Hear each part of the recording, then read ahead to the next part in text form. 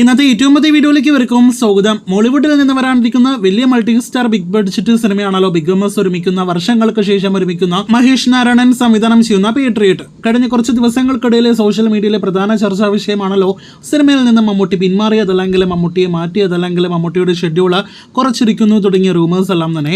എന്തായാലും മമ്മൂട്ടി സിനിമയിൽ നിന്നും പിന്മാറാനായിട്ട് ഒരു സാധ്യതയും ഇല്ല, അതല്ലെങ്കിൽ മമ്മൂട്ടി സിനിമയിൽ നിന്നും മാറ്റാൻ ഒരു സാധ്യതയില്ല എന്നതിനാണ് ഈ വിഷയത്തിൽ ആദ്യം തന്നെ പ്രേക്ഷകരെ അറിയിക്കാനായിട്ടുള്ളത്.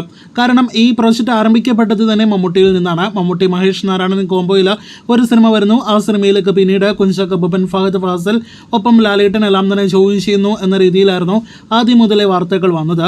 അപ്പോൾ അങ്ങനെ ഒരു സിനിമയിൽ നിന്നും പ്രോജക്റ്റിൽ നിന്നും മമ്മൂട്ടിയെ മാറ്റിയെന്നൊക്കെ പറയുമ്പോൾ അതിനേക്കാൾ വലിയ വിവാദമായ വിഷയം വേറെ ഇനി വരാനായിട്ടില്ലല്ലോ. നിലവിൽ ഫേസ്ബുക്കിലും പിന്നെ യൂട്യൂബിലെല്ലാം തന്നെയാണ് ഇത്തരത്തിലുള്ള വാർത്തകൾ ആദ്യം നമുക്ക് കാണാനായിട്ട് കഴിഞ്ഞത്. എന്തായാലും ഈ വിഷയത്തിൽ മമ്മൂട്ടി സിനിമയിൽ ഭാഗം തന്നെയാണ്. പ്രത്യേകിച്ച് 5ഓളം ഷെഡ്യൂളുകൾ മമ്മൂട്ടിയുടേതായിട്ട് ഷൂട്ട് ചെയ്തിട്ടുണ്ട്.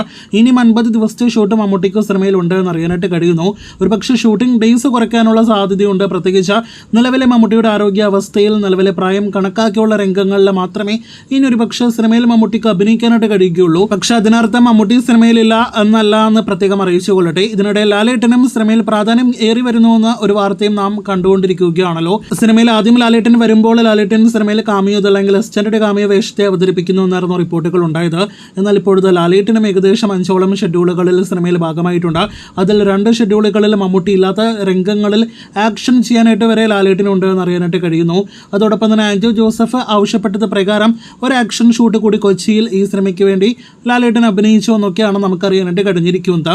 അപ്പോൾ മമ്മൂട്ടിയുടെ അഭാവം കൊണ്ട് സിനിമയിൽ പല മാറ്റങ്ങളെല്ലാം തന്നെ സംഭവിച്ചിട്ടുണ്ടാകും എന്ന കാര്യത്തിൽ സംശയം വേണ്ട. അതെല്ലാം തന്നെ എത്രത്തോളം സിനിമയിൽ പ്രതിഫലിക്കുമെന്നാണ് നാം ഉറ്റുനോക്കുന്നത്.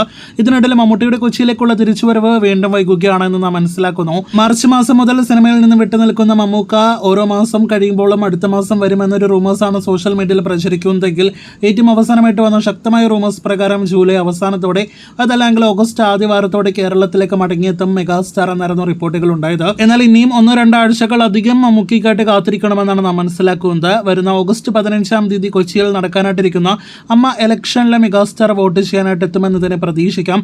അപ്പോൾ കാത്തിരിക്കൂ കൂടുതൽ മെഗാസ്റ്റാർ വാർത്തകൾക്ക്, അപ്ഡേറ്റുകൾ കേട്ട്.